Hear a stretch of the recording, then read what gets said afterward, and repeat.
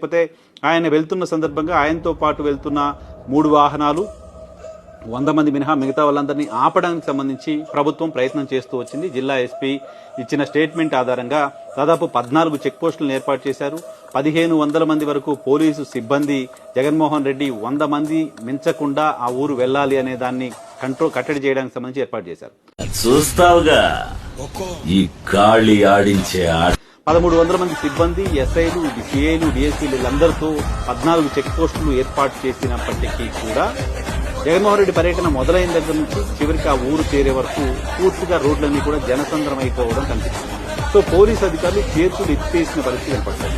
Police అధికారులు జగన్మోహన్ రెడ్డితో పాటు వచ్చిన క్రౌడ్ ని కంట్రోల్ చేయలేక వాళ్ళందరినీ కూడా వదిలేశారా అని అనిపించింది. వదిలేసినట్టుగానే కనిపించింది. ఇక్కడ కూడా పోలీసులు ఆపేసి మీరు వెళ్ళొద్దు అన్నట్టు కనపడలేదు. ఎందుకంటే పోలీసులు ఆపే స్థాయి కంటే పోలీసులు ఆపే క్రౌడ్ కంటే ఎక్కువ క్రౌడ్ ఉండటం మూలన ఎవరిని ఆపలేకపోయారు.